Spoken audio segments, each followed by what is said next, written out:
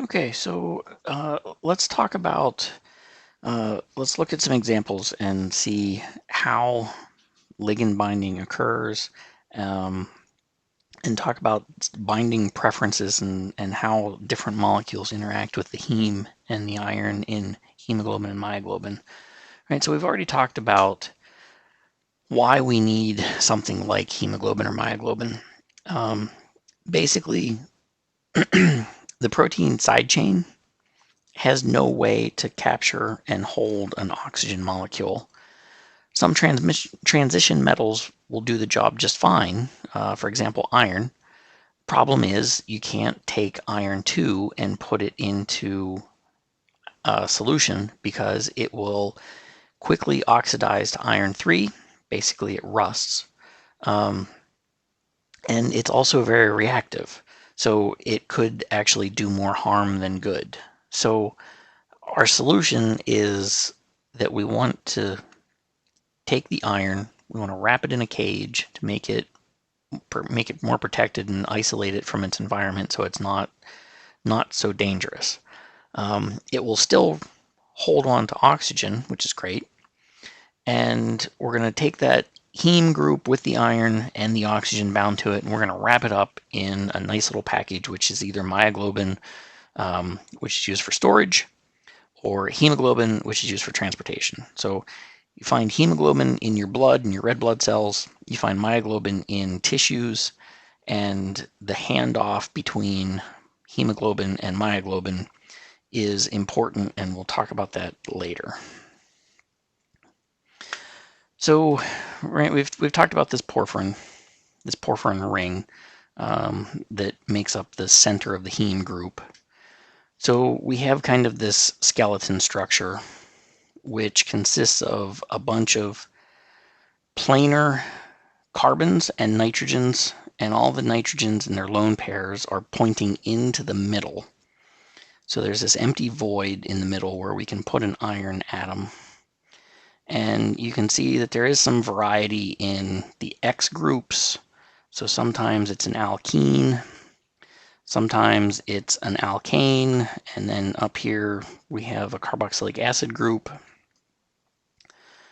And in this space-filling model, where each sphere represents an atom, we can see that that iron ion is actually pretty tightly held in those 4 nitrogen, or held by those 4 nitrogen atoms and their lone pairs. So this creates a nice planar package. We can see, if we call this the top of our table, right? We said that there was an iron atom sitting in the middle of our table, being held there by those 4 nitrogens, but we could still access it from above and below. So in this last diagram here, D, we can see that the 4 nitrogens are coming in on this plane, but we still have access to it from down below and also from up above. So if we look at the structure of myoglobin, right, we've already done this. We know that it has these alpha helices A through H. Alpha helices E and F are kind of open up like scissors. And then G and H form a back so that the heme group is nuzzled into this groove created by helices E and F, and then protected from the backside by helices G and H. We can see that these 2 histidine moieties, or histidine side chains, are super important in this interaction as well. Histidine 93 is pretty obvious. Histidine 64, maybe not so obvious, but we'll talk about that one in a little bit as well. So on the left side of the screen, what we see is the plane of the heme or porphyrin system. We see the iron sitting in the middle. And from the bottom, we have the histidine nitrogen interacting through lone pair electrons with the iron in the center.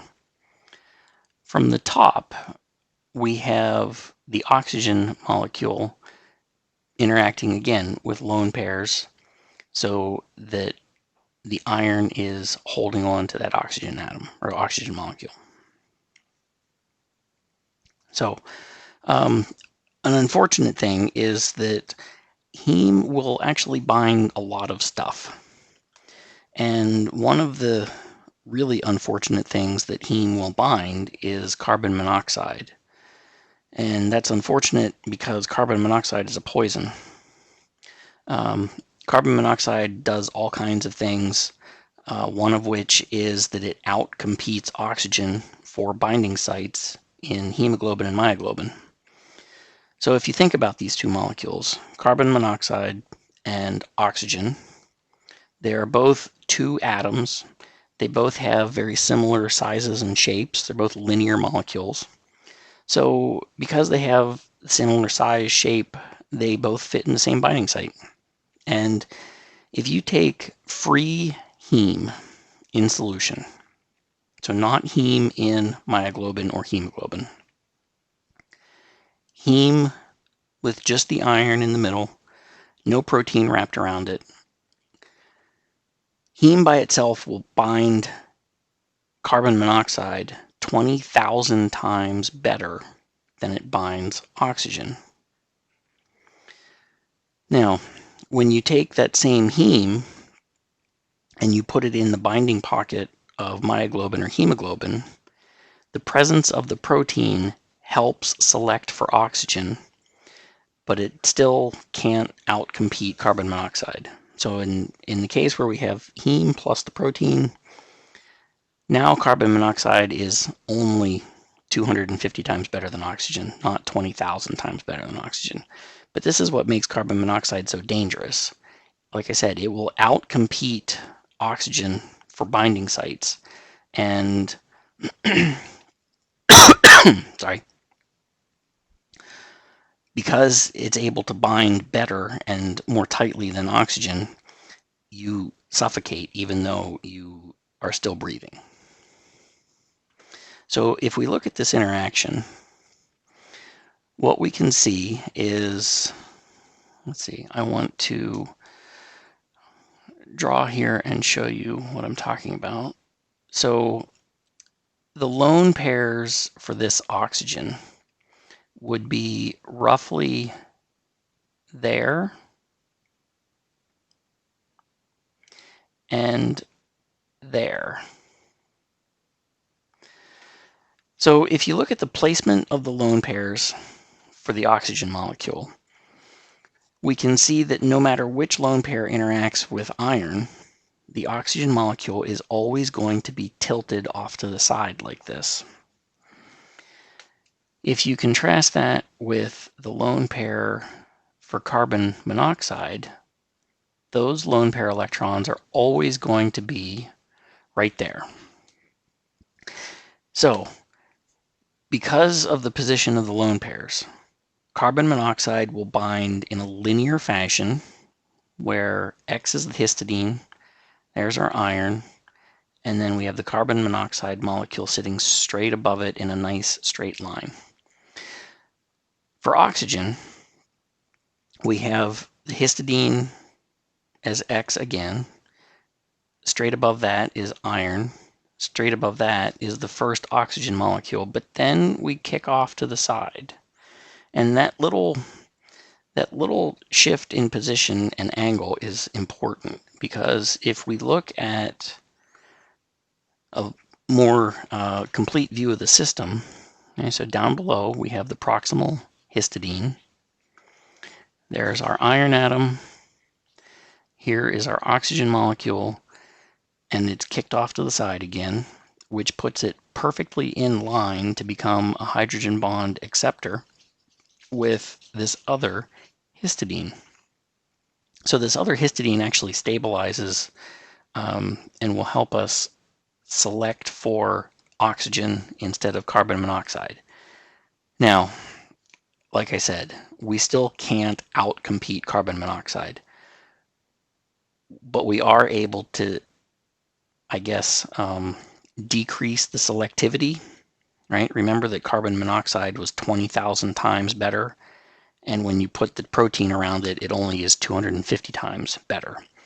So we lost roughly a factor of 100 in preference of binding for carbon monoxide, simply because this second histidine stabilizes the oxygen molecule, but it does not stabilize the carbon monoxide molecule.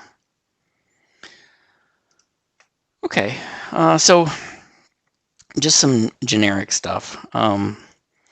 If you were trying to study hemoglobin in a lab, one of the ways that you can study it, I think everyone is aware of this, your blood is colored.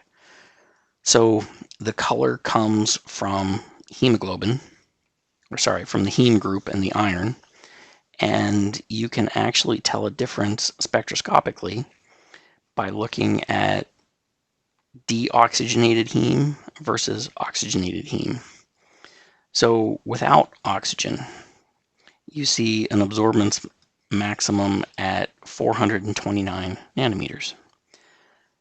When you have oxygen present, that absorbance maximum shifts from 429 to 414 nanometers. So it sounds like a small change, but that 15 nanometer shift allows you to quantify fractions of oxygenated versus deoxygenated heme in your sample.